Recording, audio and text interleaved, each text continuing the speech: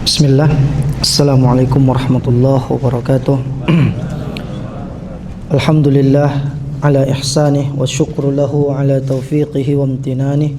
Ashhadu an la ilaha illallah ta'ziman li sya'nih wa ashhadu anna Muhammadan abduhu wa rasuluh ad-da'i ila ridwanih. Para jamaah yang dirahmati oleh Allah Subhanahu wa taala, mengenai salat Id, maka Syekh Abdul Azim Al-Badawi dalam kitabnya Al-Wajiz menyebutkan wa salatul idaini wajibatun 'ala ar-rijali wan nisa limuwazabatin nabiy sallallahu alaihi wasallam 'alaiha wa amrihi bil khuruj laha. Bahwa salat Id, Idul Fitri maupun Idul Adha wajib atau fardu ain bagi laki-laki maupun perempuan, karena Nabi senantiasa menjaganya, dan Nabi menyuruh bahkan wanita-wanita haid untuk datang menyaksikannya. Kata Ummu Atiyah radhiyallahu anha qalat umirna an nukhrija al-awatiqa wa dhawati al-khudur. Kami diperintahkan oleh Rasulullah untuk memerintahkan wanita-wanita yang haid maupun yang sudah dewasa untuk keluar menyaksikan salat Id. Ada yang menyebutkan bahwa sunnah muakkadah, tapi wallahu alam yang paling rajih adalah fardu ain. Kalau dalam bahasa Arabnya di halaman 186, Salatul Idain. Bahasa Indonesia halaman berapa? 311. Taib. Ini secara ringkas kita murojaah dulu ya. Berarti kita salat Idnya nanti hari apa, Pak? Rabu. Insyaallah. Ya. Jadi salat Id waktuha dikatakan kharaja Abdullah bin Busrin sahibu Rasulillah ma'an nasi fi yaumi Id fitrin aw adha fa ankara ibta'a al-imam faqala inna kunna qad faragna sa'atana hadhihi wa dhalika hina tasbih. Jadi secara ringkas, waktu salat Id itu sudah bisa dikerjakan ketika waktu salat isyraq. Awal waktu salat isyraq. Kalau isyraq sekarang sekitar jam 5. Kalau di Syarqiyah ya, itu sekitar 1 jam, 1 jam lebih, 1 jam 10 atau 15 menit dari awal azan subuh. Ya. Atau lebih ya, 1 jam setengah. Coba lihat, isyraqnya jam 4 berapa? 4.50 kalau enggak salah nah sekarang. Hah? 4.49. Jadi makin cepat dia. 15 menit setelah itu sudah bisa kita mengerjakan salat Idul Adha. Ya. Itu dia jamaah sekalian. Dan tidak perlu berlama-lama. Al-khuruju ilal musalla. Dan dianjurkan juga melakukan salat Id itu di al-musalla. Musalla di sini maksudnya tanah lapang, tanah luas yang dijadikan sebagai tempat salat. Ya. Tapi kalau di tempat antum di masjid besar dilakukan salat Id, maka kita salatnya di situ. Tapi kalau ada yang melakukan salat di tanah lapang, maka tentunya itu lebih baik. Makanya kan kalau kita ke Madinah, itu kan ada namanya Masjid Al-Ghamamah di dekat pintu 310 ya. Masjid Ghamamah, Masjid Abu Bakar, Masjid Ali, itu dulu wilayah di mana Nabi sallallahu alaihi wasallam senantiasa melakukan salat Idul Fitri dan salat Idul Adha, dan itu di luar dari areal Nabawi. Kan udah di luar pagar itu. Masjid Ghamamah itu. Nah, di situ dulu Nabi melakukan salat Idul Adha, Idul Fitri di tanah lapang. Jadi istilah musalla kalau dalam bahasa Arab, tempat yang dijadikan sebagai tempat salat. Di kantor antum ada tempat salat, mungkin jauh dari masjid begitu ya, atau kantornya tersendiri di satu tempat, ada satu ruangan yang dijadikan sebagai tempat sholat, itu namanya musolla. Berbeda istilahnya kalau di Indonesia. Musolla itu yang tidak ada sholat Jumatnya. Kalau itu tetap namanya masjid sebenarnya. Ya, nah, cuma ya beda istilah. Ada namanya surau, ya. Ada namanya apa lagi? Langgar, ya. Ada mandorsah, apa lagi namanya? Hah? Ah, itulah. Nah, itu daerah dari daerah mana itu namanya? Itu ada nggak sholat Jumatnya, Pak? Enggak ada. Iya, jadi seperti itu ya. Nah, kalau kita datang ke tempat itu, apakah disyariatkan tahiyatul masjid? Disebutkan di dalam fatwa yang disampaikan Syekh Al-Utsaimin, selama di tempat itu ditegakkan sholat berjamaah 5 waktu, maka antum boleh kerjakan sholat tahiyatul masjid, walaupun dia itu ruang kelas misalnya. Misalnya ini satu pesantren, satu ma'had, mereka belum punya masjid, jadi ada satu ruang kelas dijadikan sebagai tempat mereka sholat 5 waktu berjamaah, maka tetap boleh kita lakukan tahiyatul masjid di tempat itu. Tapi kalau itu masjid apa? Musola kantor yang hanya ada sholat di situ zuhur dan asar, waktu siang doang, subuh nggak ada orang di situ, itu kan? Maghrib isya kosong, nggak ada. Maka tidak perlu kita tahiyatul masjid kalau seperti itu. Selama tidak ditegakkan 5 waktu berjamaah. Nah. Atau di tempat wisata misalnya mereka buat musola gitu ya. Tapi kan belum tentu ada 5 waktunya di situ berjamaah. Kan tidak perlu kita tahiyatul masjid. Naam, wallahu alam. Hal yu'adzanu laha wa yuqam? Apakah ada azan dan iqamat? Kata dari Ibnu Abbas dan Jabir bin Abdullah, lam yakun yu'adzanu yaumal fitri wala yaumal adha. Tidak ada salat Id diawali dengan azan maupun iqamah, Idul Fitri maupun Idul Adha. Tidak ada azan untuk salat Idul Fitri dan salat Idul Adha. Dan dari Jabir dikatakan alla adzana lis-salati yaumal fitri hina yakhrujul imam wala ba'da ma yakhruj wala iqamata wala nida wala syai' wala nidaa yauma idzin wala iqamah. Jadi tidak ada iqamah juga, tidak ada. Tidak ada ucapan apapun. La nidaa yauma idzin wala iqamah. Tidak ada seruan apapun. Jadi tidak perlu as-salatu li'idil fitri rahimakumullah. Nah, sebenarnya tidak perlu seperti itu.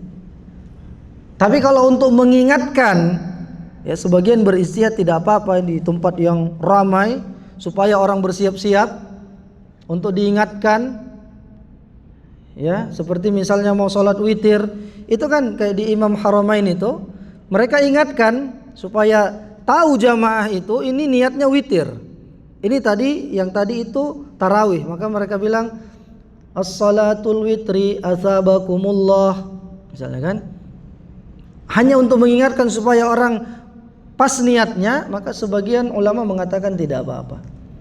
Seperti mau sholat jenazah, hukum asalnya nggak perlu kita bilang nggak ada ucapan apa-apa, iqamat tidak ada. Tapi biasanya di pengumuman disampaikan ini jenazahnya laki-laki, ini jenazahnya perempuan, ini jenazahnya ada anak-anak, apalagi tempatnya kan luas, rame begitu ya, supaya orang tahu, oh yang saya sholatkan ini sekian.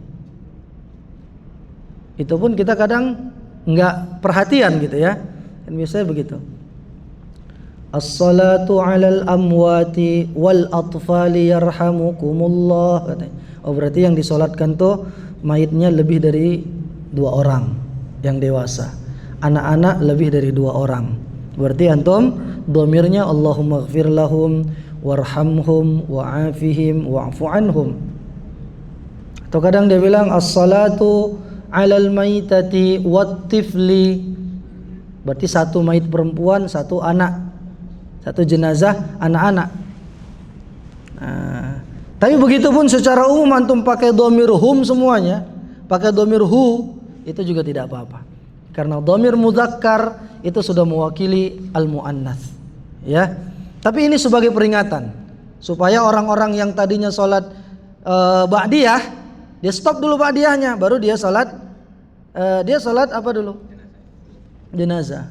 Kadang-kadang kan orang buru-buru ba'diyah, belum lagi dia baca zikir ya Pak. Habis salat langsung ba'diyah, padahal harusnya zikir dulu kan? Baca zikir dulu. Nah, akhirnya lewat nanti salat jenazahnya. Taib. Jadi seperti itu. Dan tidak ada anjuran bagi kita untuk menjawab. Kalau di daerah kita kan ada jawabannya. As-salatu la ilaha illallah. Itu enggak ada tuntunannya. Bahkan di sebagian tempat untuk salat jamaah pun mereka buat gitu. As-salatu alal jamaati rahimakumullah. Ini udah bertambah-tambah. Ya. Jadi itu perkara yang bid'ah. Man amila amalan laisa alaihi amruna fahuwa raddun. Siapa yang melakukan satu amalan yang tidak ada syariatnya dari kami, tidak ada perintahnya, maka amalan itu tertolak. Jadi tidak ada qomat, tidak ada azan dan tidak ada iqamah.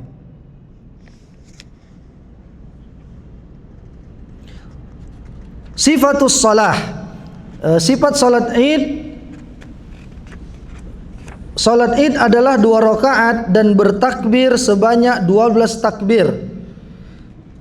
7 kali takbir yang pertama setelah takbiratul ihram. Allahu Akbar, baru setelah itu bertakbir 7 kali. Sebelum membaca al-qiraah, baca al-Fatihah. Dan wa khamsan fis tsaniyati qabla al-qiraah. Takbir yang kedua 5 kali. Sebagaimana disebutkan dalam sebuah riwayat, anna Rasulullah sallallahu alaihi wasallam kabbara fil idaini sab'an fil ula wa khamsan fil akhirah. 7 takbir yang pertama dan 5 di takbir yang kedua. Apa bacaan kita di salat Id itu? Atau sebelum masuk kepada Al-Fatihah, pujian-pujian kepada Allah. Bisa antum baca subhanallah saja, subhanallah walhamdulillah, atau tambahkan subhanallah walhamdulillah wala ilaha illallah wallahu akbar. Tapi tidak ada bacaan secara khusus. Tapi Al-Imam Ibnu Qayyim mengatakan, bacalah puji-pujian kepada Allah Subhanahu wa taala. Allahu akbar, subhanallah walhamdulillah misalnya. Bisa. Tapi kadang kan kalau sampai habis kadang enggak sempat gitu ya. Subhanallah walhamdulillah wala ilaha illallah wallahu akbar, itu yang kita baca. Atau subhanallah walhamdulillah di 7 takbir pertama, baru baca Fatihah. 5 takbir di rakaat kedua. Itu ya. Lalu bacaan imam setelah Al-Fatihah, kana yaqra'u fil idaini wa fil jumu'ati bisabbihisma rabbikal a'la wa hal ataka hadithul ghasyiyah. Nabi sallallahu alaihi wasallam ketika salat Id atau salat Jumat rakaat pertama setelah Al-Fatihah membaca surah Al-A'la, dan rakaat keduanya setelah Al-Fatihah membaca surah Al-Ghasyiyah. Atau beliau sallallahu alaihi wasallam membaca surah Qaf. Juz berapa surah Qaf?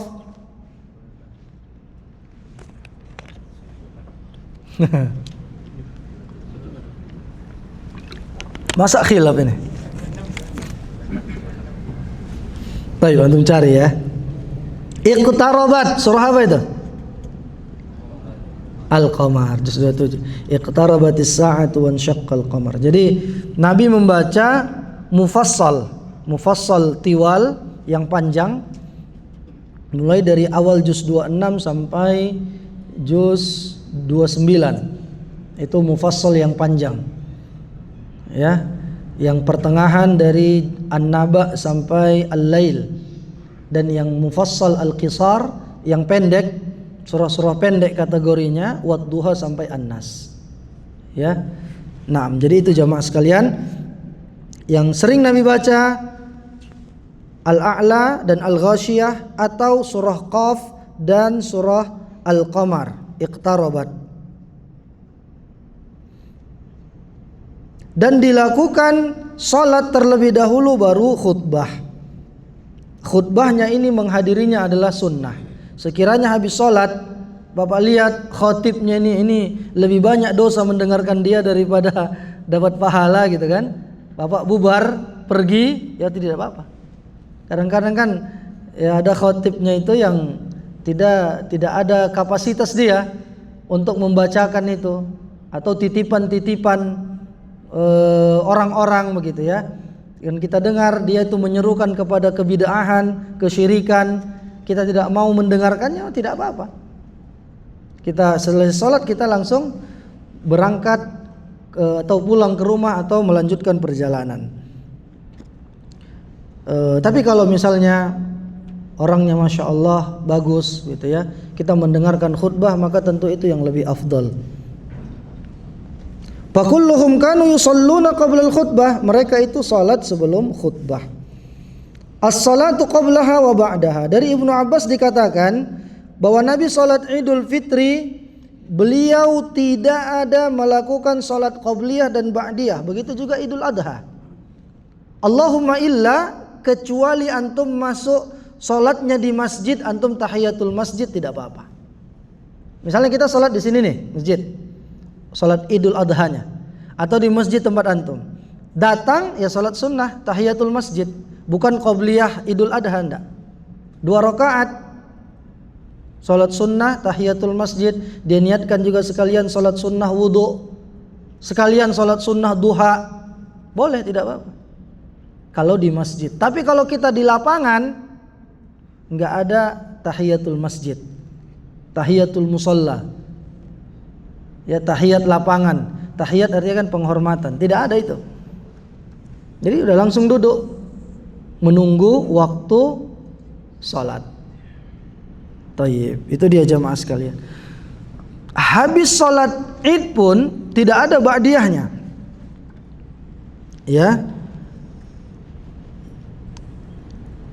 Tayyib Ustaz, kami mau mengerjakan salat duha. Sebaiknya supaya tidak terjadi fitnah di tempat lain atau ada jarak waktu, jangan seolah-olah orang menganggap itu sebagai ba'diyah. Ma yustahabbu yaumal Id, ya, apa yang dianjurkan pada hari Id? Yang pertama al-ightisal, mandi.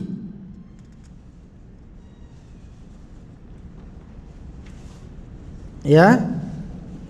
Jadi ini dianjurkan mandi untuk salat Id. Lubusu ahsanis thiyab, memakai pakaian yang baik, ya, pakaian yang terbaik, memakai jubah gitu ya, berwarna putih, intinya menutup aurat. Kemudian juga al-aklu yaumal fitri qabla al-khuruj. Kalau untuk salat Idul Fitri dianjurkan makan terlebih dahulu sebelum melakukan salat. Tapi kalau untuk salat Idul Adha, khusus bagi yang berkurban ini ya Pak, dianjurkan mengakhirkan makan sampai dia nanti sarapannya dengan kurbannya, memakan kurbannya itu, sebagian dari itu. Tetapi kalau dia tidak berkurban di sini, kurbannya di Indonesia misalnya, kan nggak mungkin nunggu yang dari sana, maka boleh dia makan. Tapi tetap yang paling afdal sebaiknya nanti makannya setelah Id saja. Nah, ini perlu antum amalkan ini. Sarapan pada waktu Idul Adha dengan memakan kurban sendiri. Ya, jadi biasanya Rasul sallallahu alaihi wasallam selesai sholat Id, potong kurban, ambil sebagian dulu untuk dimasak duluan. Sebelum semuanya dikulitin apa semua, ambil sebagian dimasak, entah itu hatinya atau apa dagingnya, baru dimasak dan beliau makan sebagai sarapan paginya itu dari kurbannya. Biasanya panitia-panitia yang sudah ngaji itu mereka faham, ambil sebagian dulu untuk sahibul kurban didahulukan, supaya dapat pahala sunnahnya itu yang diinginkan ya. Tapi ini jarang memang diamalkan sama orang. Entah karena kurang mengerti atau tidak tahu caranya, begitu ya. Kebanyakannya makan lontong. Bukan, nggak salah makan lontong, tapi ya kalau bisa dari kurbannya dahulu, gitu ya. Setelah itu makan lontong 3 porsi tidak apa-apa. Naam. Kemudian mukhalafatut tariq, mengambil jalan yang berbeda ketika berangkat dan pulang. Ini juga dianjurkan jika memungkinkan. Tapi kalau dari sini banyak jalan-jalan yang beda ya. Nah, itu bisa antum amalkan insyaallah. Dari Jabir, dia mengatakan kana Nabi sallallahu alaihi wasallam idza kana yaumu idin khalafat tariq. Adalah Nabi sallallahu alaihi wasallam ketika hari Id beliau mengambil jalan yang berbeda, berangkat dan perginya. Dan memperbanyak takbir. Di antara yang dianjurkan adalah bertakbir. Berangkat tadi ke kajian, pulang dari kajian, perbanyak takbir. Allahu akbar, Allahu akbar, Allahu akbar, dan seterusnya. Sampai nanti hari tasyrik. Ya. Itu dia jamaah sekalian. Bahkan bertakbir itu sudah boleh dilakukan pada tanggal 1 Zulhijjah. Ya. Pada tanggal 1 Zulhijjah kita sudah boleh bertakbir sampai nanti sesaat sebelum azan maghrib pada tanggal 13 Zulhijjah. Ya, jadi ini diantara murajaah kita untuk salat Id, dan kita akan membahas sedikit di sini tentang asal usul daripada Idul Adha dan kurban. Sebelum kita lanjut, ada pertanyaan? 2 pertanyaan silakan. Tentang persiapan sholat Idul Adha. Orang yang haji, ada nggak mereka yang sholat Idul Adha? Tidak dianjurkan ya. Itu kan ketika 10 Dzulhijjah, biasanya di mana itu jamaah? Posisinya di Mina ya. Di Mina. Kalau misalnya ada yang sudah di Makkah, di pelataran haram, dan itu diadakan sholat Idul Adha di sana. Tentunya penduduk setempat lah berarti ya. Penduduk setempat yang punya tasrih dukhul Makkah. Mereka melakukan sholat Idul Adha. Namun untuk jamaah haji yang sedang melakukan haji, dia dimakruhkan puasa Arafah, dan tidak perlu juga dia untuk sholat Idul Adha. Karena sebagian ada yang memaksakan diri mencari masjid yang di dekat Mina, mereka sholat Idul Adha, padahal sebenarnya tidak perlu. Inilah kekhususan bagi jamaah haji, dia fokus pada pengerjaan manasiknya, ya, rangkaian ibadah manasik haji tersebut. Baik. Ada pertanyaan Pak? Fadhal. Ada ini, apakah betul pergantian hari di dalam Hijriyah itu ada pendapat bahwa itu subuh fajar, bukan maghrib? Pergantian hari itu subuh. Wallahu alam, ana belum tahu ya, mungkin ada pendapat-pendapat ahli kontemporer seperti itu. Tapi kalau untuk ibadahnya, syariatnya dari dulunya itu adalah maghrib. Apa buktinya? Kita sholat tarawih maghrib. Setelah maghrib udah masuk Ramadan, 1 Ramadan. Makanya malamnya kita tarawih. Kalau toh pergantiannya di subuh, berarti besoknya baru kita bisa tarawih. Ya, tidak. Jadi pergantian itu adalah maghrib. Di antara buktinya lagi adalah malam satu hari raya. Dari mulai ba'da maghrib kita sudah bisa takbiran. Karena sudah berganti tahun, berganti bulan afwan. Sudah berganti bulan. Ya. Jadi seperti itu. Jadi pergantiannya baik itu berkaitan dengan tanggal, berkaitan dengan pergantian bulan, itu adalah di waktu maghrib. Wallahu alam. Dan antum lihat itu nyala dari apa? Jam tower itu kan? Itu kan dimulai sudah maghrib udah nyala dia. Itu tanda pergantian bulan. Ada lampu hijau itu. Nah, mungkin yang berpendapat subuh, dia mungkin berpendapat tentang, ada juga ulama sedikit yang sebagian mengatakan takbiran itu dimulai dari waktu subuh hari Id. Tapi ini pendapat yang marjuh, pendapat yang lemah. Mayoritasnya berpendapat di waktu maghrib. Udah boleh takbiran, sudah boleh bayar zakat fitrah di waktu yang paling afdol ya. Sementara zakat fitrah 2 hari, 3 hari sebelumnya sudah boleh. Tapi waktu yang paling afdol malam Id. Kapan malam Id itu? Kita bahas kemarin di bulan Ramadan. Itu di waktu maghrib, itu waktu pembayaran zakat fitrah yang paling afdol. Mulai dari maghrib sampai sebelum sholat. Sebelum sholat Idul Fitri. Ini waktu yang paling afdolnya. Walaupun antum boleh bayar di malam 27, malam 28, malam 29, boleh.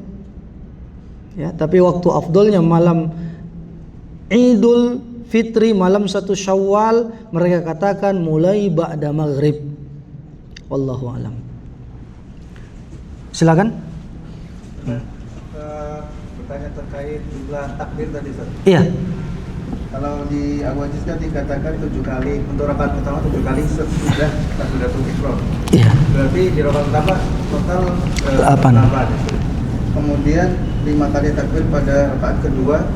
Berarti dengan takbir qiyam berbeda takbir intiqal. Setelah takbir intiqal, kita bangkit dari sujud, Allahu Akbar. Baru setelah itu baru 5. Jadi itu nggak dihitung. Takbiratul ihram, takbir intiqal itu tidak dihitung. Berarti kalau digabung sama itu, yang pertama berarti 8, yang kedua 6. Bagaimana kalau ada pendapat yang mengatakan yang pertama itu termasuk takbiratul ihram? Antum menanggapi? Naam, wallahu alam. Dari mayoritas pendapat ulama madhab, mereka bersepakat di luar dari takbiratul ihram. Karena takbiratul ihram ini hukumnya wajib. Adapun yang 7 dan 5 itu hukumnya sunnah. Sehingga misalnya nih,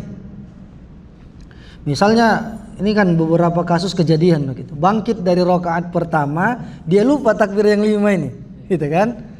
Allahu Akbar, langsung baca dia Bismillahirrahmanirrahim, atau langsung Alhamdulillahirabbil alamin. Kita sebagai makmum sebenarnya nggak perlu kita bilang Subhanallah, karena itu sunnah. Yang 5 takbir itu sunnah. Ya, kalau sudah baca Fatihah ya sudah. Nah, tapi kalau misalnya dia mau ulangi Allahu Akbar boleh, tapi tidak perlu sebenarnya. Karena itu tidak menyebabkan, kalau dia terlupa itu nggak perlu juga sujud sahwi nanti.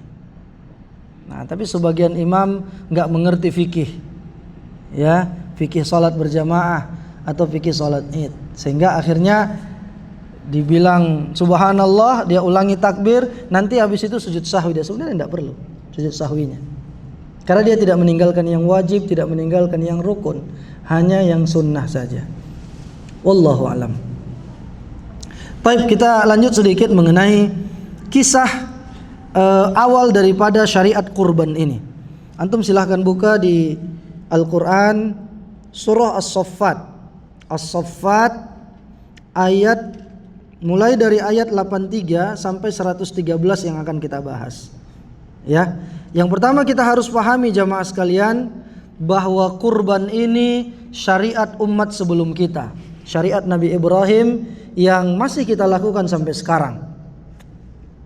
Makanya di daerah Mina, di apa itu dekat-dekat rel kereta api itu kan ada yang dibilang sebagai tempat di mana dahulu Nabi Ibrahim menyembelih putranya Ismail. Itu ya. Disebutkan di ayat 83, wa inna min syi'atihi la Ibrahim. Dan sungguh Ibrahim termasuk golongannya. Itu golongan Nabi Nuh alaihi salatu wassalam. Jadi ada pertalian nasab antara Nabi Nuh dengan Nabi Ibrahim. Jadi kalimat Syiah ini adalah pengikut fanatik maksudnya. Jadi Syiah itu maksudnya pengikut fanatik. Ini nggak ada kaitannya dengan itu ya, jangan bahas itu, kita nggak bahas itu. Tapi lafaz Syiah itu maksudnya pengikut fanatik. Jadi Nabi Ibrahim ini banyak kesamaannya dengan Nabi Nuh alaihi salatu wassalam. Di antaranya mereka sama-sama nabi dan rasul yang diutus, sama-sama mendakwahkan tauhid, sama-sama dikucilkan oleh kaumnya. Ya, demikian jamaah sekalian. Lalu disebutkan ijja'a rabbahu biqalbin salim. Ingatlah ketika dia datang kepada Tuhannya dengan hati yang suci.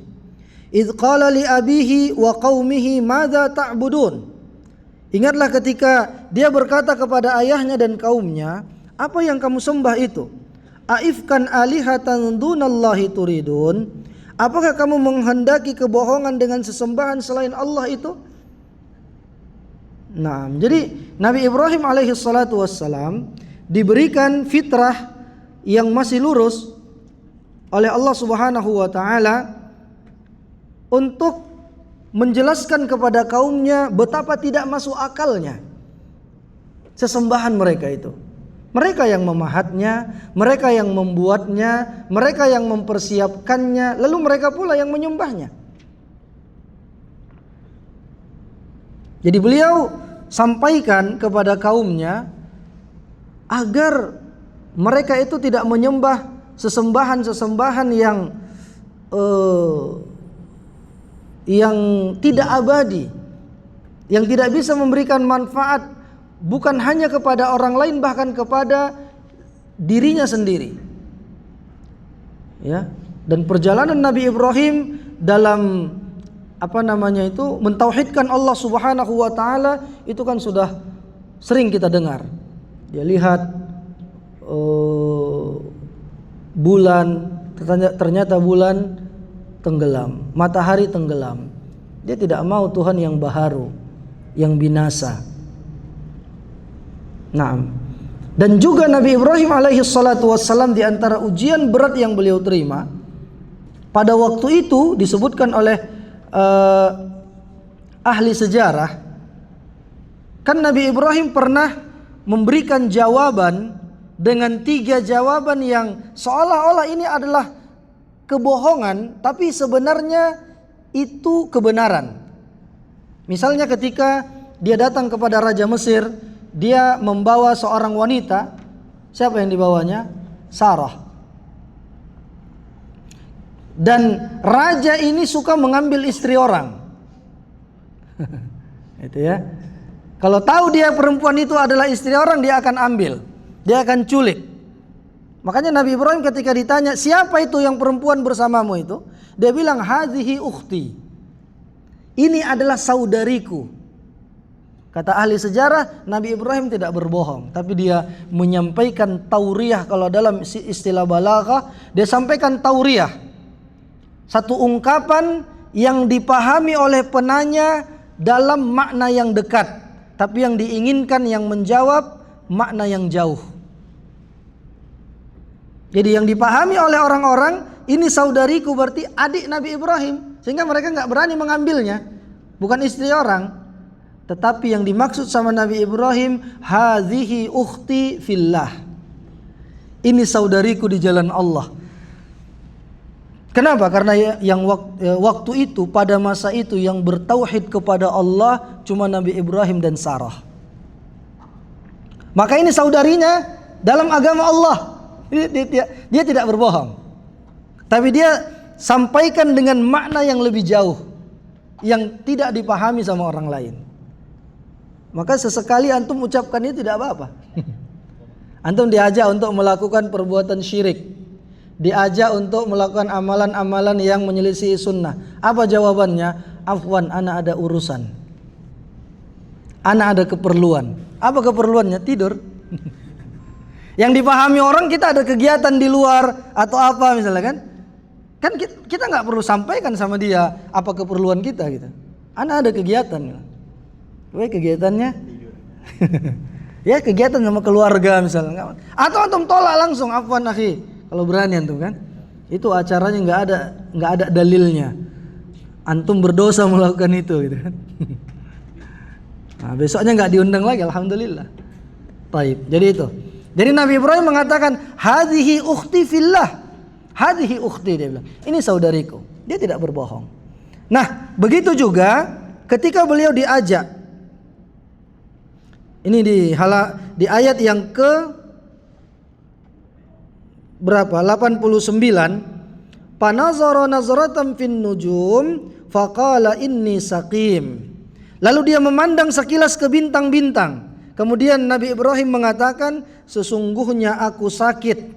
Fatawallau anhu mudbirin. Lalu mereka berpaling darinya dan pergi meninggalkannya. Kenapa Nabi Ibrahim mengatakan begitu? Karena orang-orang di daerahnya itu mengajak Nabi Ibrahim melakukan jamuan dan persembahan untuk penguasa kampungnya. Ya, jadi mau buat ritual-ritual syirik ini. Nabi Ibrahim diajak. Dia lihat ke atas, kemudian dia bilang, inni saqim, saya sakit. Nah, ini juga kata Al-Imam Ibnu Katsir dan para ulama mufassirin yang lainnya mengatakan bahwa Nabi Ibrahim tidak berbohong. Maksud dia, kalau dia ikut ritual mereka, maka akan sakitlah akidahnya, akan rusaklah akidahnya. Maka alasan dia sakit supaya dia tidak ikut melakukan amalan-amalan mereka yang itu amalannya adalah amalan syirik.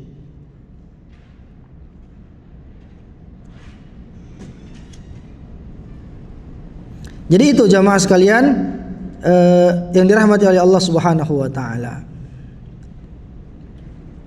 Dan juga disebutkan di antara kesamaan nasab Nabi Nuh dengan Nabi Ibrahim, mereka memiliki jiwa besar. Walaupun olokan-olokan gangguan dari kaumnya itu sangat luar biasa. Bayangin ketika Nabi Nuh berdakwah 950 tahun, yang mendustakan dia lintas generasi, yang seangkatan, kemudian kakek-kakeknya, anak-anaknya, cucu-cucunya, cicit-cicitnya itu berpesan, saling berpesan di antara mereka, ingat itu Nuh orang gila, jangan ikut agamanya. Jadi lintas generasi itu membenci Nabi Nuh alaihi salatu wassalam. Dan itu juga yang dialami oleh Nabi Ibrahim alaihi salatu wassalam. Beliau juga berdakwah dengan penuh kesabaran dan hatinya bersih. Ya. Maka dikatakan inna Ibrahima, sesungguhnya Nabi Ibrahim alaihi salatu wassalam itu benar-benar memiliki sifat yang bijak dan juga santun. Nah, jadi ma'asyiral muslimin, ikhwafiddin azani Allah wa iyyakum, berikutnya juga dikatakan faragha ila alihatihim faqala ala ta'kulun. Kemudian Nabi Ibrahim pergi dengan diam-diam kepada berhala-berhala mereka itu, lalu dia berkata, ala ta'kulun, ma lakum la tantiqun, mengapa kamu tidak makan? Mengapa kamu tidak menjawab? Faragha alaihim darban bil yamin, lalu dihadapinya berhala-berhala itu sambil memukulnya dengan tangan kanannya. Fa aqbalu ilaihi yazifun, kemudian mereka kaumnya datang bergegas kepadanya. Nah, jadi Nabi Ibrahim alaihi salatu wassalam berdakwah dengan kekuasaannya, beliau mengingkari kemungkaran dengan tangannya. Kalau antum punya kemampuan seperti itu, boleh dilakukan. Dalam hadis Abu Sa'id Al-Khudri dikatakan, man ra'a minkum mungkaran falyughayyirhu biyadihi. Siapa di antara kalian yang melihat kemungkaran, maka ubahlah dengan tangannya. Ada kuburan yang dielu-elukan oleh keluarga kita, bahkan disembah, dilakukan tawaf di situ. Kalau bisa dia meratakannya, ratakan. Ya, supaya tidak menjadi sarang kesyirikan, ghulu, yang itu juga mengantarkan kepada kesyirikan, waliyadzubillah. Apalagi di bawah kekuasaan antum, ketika pulang di rumah sendiri, rumah orang tua, rumah anak-anak ada di situ patung-patung, gambar-gambar, nasihatkan mereka supaya itu disimpan atau dibuang. Atau ada jimat-jimat yang digantungkan, nasihatkan. Khusus yang di bawah tanggung jawab kita. Kalau ke tetangga jangan pula kita masuk, kita main buang-buang aja gitu kan. Nah, cukup kita ingatkan. Kalau tidak sanggup dengan tangan, fa illam yastati' fa bilisanih, dengan lisan kita. Kita sampaikan.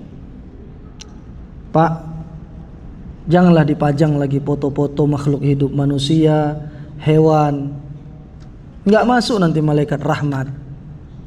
Innal malaikata la tadkhulu baitan alladzi fihi kalbun wa suratun. Malaikat rahmat itu tidak bisa masuk ke dalam rumah seseorang yang di dalamnya masih ada foto-foto atau dia memelihara anjing di dalam rumahnya.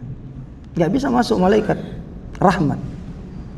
Ingatkan, untuk hal yang seperti ini aja sebagian orang sulit mengamalkannya, Pak. Kadang-kadang sudah ngaji juga. Sayang Ustaz, foto pernikahan. Sayang foto anak-anak, simpan. Jangan dipajang. Karena itu untuk kebaikan kita, untuk kebaikan keluarga kita. Itu ya jamaah sekalian. Jadi sampaikan dengan lisan kita. Kalau tidak sanggup maka minimal dengan hati. Faman lam yastati' fa biqalbihi wa dzalika adhaful iman, dan itu tingkatan iman yang paling lemah, hanya bisa mengingkari dalam hati. Taib. Jadi Nabi Ibrahim ini dengan tangannya ini dihancurkan berhala-berhala yang ada di situ. Sehingga orang-orang bergegas datang kepadanya. Ya. Lalu qala ata'buduna ma tanhitun. Ini logika yang paling jitu ini yang disampaikan, ditanyakan sama Nabi Ibrahim. Ata'buduna ma tanhitun? Apakah kamu menyembah patung-patung yang kamu pahat sendiri? Kamu yang mahatnya, lalu kamu yang menyembahnya. Ata'buduna ma tanhitun? Wallahu khalaqakum wa ma ta'malun. Padahal Allah lah yang menciptakan kamu dan apa yang kamu perbuat. Yang menciptakan kamu Allah, yang menciptakan patung itu tadi yang kamu sembah itu juga Allah. Gitu ya. Qalu bunu lahu bunyanan fa'alquhu fil jahim. Bukannya menjawab, malah mereka marah. Ini kebiasaan orang-orang apa ini? Orang-orang ahlul bid'ah begitu. Ditanya dalil bukan jawab, marah. Dasar Wahabi katanya langsung. Padahal kita nanya, ini ada enggak contohnya dari Nabi? Ada enggak perintahnya dari Rasulullah? Supaya dia tidak capek-capek melakukan amal itu enggak dapat apa-apa nantinya. Mana hadisnya, Pak? Mana ayatnya? Bukannya jawab tapi marah. Betul orang sesat ya. Kita pula yang dibilangnya sesat.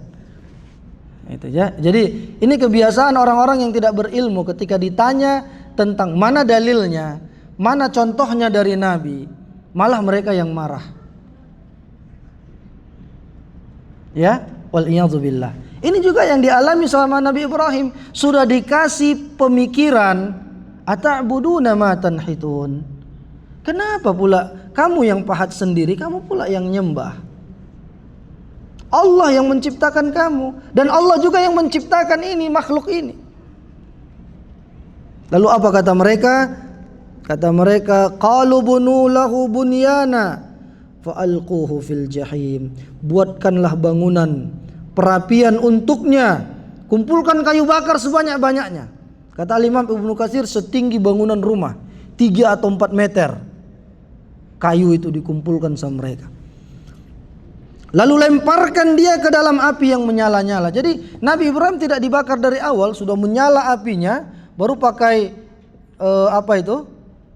pakai tali atau pakai apa, dicampakkan beliau ke tempat, dilemparkan beliau ke api yang menyala itu, wal iyadzubillah. Fa'aradu bihi kaidam faja'alnahumul asfalin. Maka mereka bermaksud memperdayainya dengan membakarnya, namun Allah menyelamatkannya. Lalu kami jadikan mereka orang-orang yang hina. wa qala inni dhahibun ila rabbi sayahdin. Nabi Ibrahim mengatakan, sesungguhnya aku harus pergi menghadap Tuhanku. Dia akan memberi petunjuk kepadaku, memberikan hidayah kepadaku. Rabbi habli minas salihin. Ya Allah, anugerahkanlah kepadaku seorang anak yang saleh. Ya, sehingga singkat ceritanya jamaah sekalian, Allah karuniakan kepada beliau siapa? Nabi Ismail. Fabasyarnahu bighulamin halim. Maka kami beri kabar gembira kepadanya dengan kelahiran seorang anak yang penyabar, namanya adalah Ismail. Siapa ibu Ismail ini? Hajar, bukan Siti Hajar, karena bukan orang Indonesia. Ya, jadi kita ini kebanyakan semuanya dibuat Siti, Siti Aisyah, Siti Fatimah, ya, Siti Khadijah. Mungkin maksudnya apa? Sayyidah, ya. Sayyidah ya enggak apa-apa. Sayyid itu nama panggilan gitu ya. Seperti orang bilang Kanjeng Nabi. Ya, itu nama kehormatan ya, tidak apa-apa. Tapi kalau dibuat jadi satu nama, itu enggak benar, ya. Nah, jadi Hajar itu ibu daripada Nabi Ismail. Singkat ceritanya jamaah sekalian, Allah memerintahkan Nabi Ibrahim untuk meninggalkan Hajar dan putranya di mana? Di sekitaran Ka'bah. Biwadin ghairi dhi zar'in 'inda baitikal muharram. Di sebuah lembah yang tidak ada pepohonan-pepohonan hijau di sana, di dekat Baitullah, di dekat Ka'bah. Ketika Nabi Ibrahim mau beranjak pulang, maka Hajar bertanya, "Kenapa engkau tinggalkan kami di sini, wahai Ibrahim?" Ya, ada riwayat yang mengatakan karena muncul kecemburuan antara Sarah dengan Hajar, sehingga Nabi diperintahkan untuk meletakkan Hajar di mana? Di dekat Baitullah. 3 kali ditanya sama Hajar, "Kenapa engkau tinggalkan kami di sini, wahai Ibrahim?" Nabi Ibrahim hanya terdiam. Lalu Hajar mengatakan, "Allahu amaraka bihadza?" Apakah Allah yang memerintahkanmu untuk ini? Nabi Ibrahim mengatakan, "Ai na'am." Iya. Lalu dengan kuatnya akidah dan tauhid Hajar dia katakan, "Idzan la yudayyi'unallah." Kalau begitu Allah tidak akan menyia-nyiakan kami. Jadi sangat penting memiliki pasangan yang akidahnya kuat. Kalau belum kuat, Ustaz, ajak untuk duduk di majelis-majelis taklim. Ingatkan, perdengarkan kepada mereka kajian-kajian Islam agar akidahnya kuat. Ya. Hajar faham kalau ini perintah Allah, maka kita tidak akan sengsara. Singkat ceritanya jamaah sekalian, disebutkan di ayat yang berikutnya, falamma balagha ma'ahu as-sa'ya qala ya bunayya inni ara fil manami anni adbahuk fanzur madza tara qala ya abati if'al ma tu'mar satajiduni insyaallahu minas sabirin. Maka ketika Ismail sudah beranjak dewasa, Ibrahim mengatakan, "Wahai anakku, sesungguhnya aku bermimpi bahwa aku menyembelihmu. Maka bagaimanakah pendapatmu?" Ismail mengatakan, "Ya abati," wahai ayahandaku yang tercinta. Ucapan ya abati ini adalah ucapan yang lembut. Ya. Kalau ya abi ini biasa. Ya ummi biasa. Tapi kalau ya abati, ya abatah. Makanya kan ketika Fatimah melihat betapa beratnya sakit dan demam yang diderita Nabi, maka dia mengatakan ya abatah, wahai ayahandaku yang tercinta. Ya. Ya ummah, kalau ummah itu ucapan yang lebih lembut daripada ummi. Ya. Jadi seperti itu. Nabi Ibrahim mengatakan, Nabi Ismail menjawab, "Ya abati fa'al ma tu'mar." Wahai ayahandaku, lakukanlah apa yang diperintahkan Allah kepadamu. engkau akan mendapatiku dalam keadaan termasuk orang-orang yang bersabar. Falamma aslama wa tallahu lil jabin, maka ketika keduanya telah berserah diri kepada Allah dan Nabi Ibrahim membaringkan anaknya atas pelipisnya untuk melaksanakan perintah Allah, wa nadainahu ayya Ibrahim qad saddaqtar ru'ya inna kadzalika najzil muhsinin. Inna hadza lahuwal bala'ul mubin. Ini benar-benar ujian yang nyata. Ya, sungguh engkau telah membenarkan mimpi itu. Sungguh demikianlah kami memberi balasan kepada orang-orang yang berbuat baik. Wa fadainahu bidhibhin azim. Dan kami tebus anak itu dengan seekor sembelihan yang besar, diganti. Wa tarakna alaihi fil akhirin, dan kami abadikan untuk Ibrahim pujian-pujian di kalangan orang-orang yang datang belakangan. Salamun ala Ibrahim kadzalika najzil muhsinin. Selamat sejahtera bagi Ibrahim, demikianlah kami memberi balasan kepada orang-orang yang berbuat baik.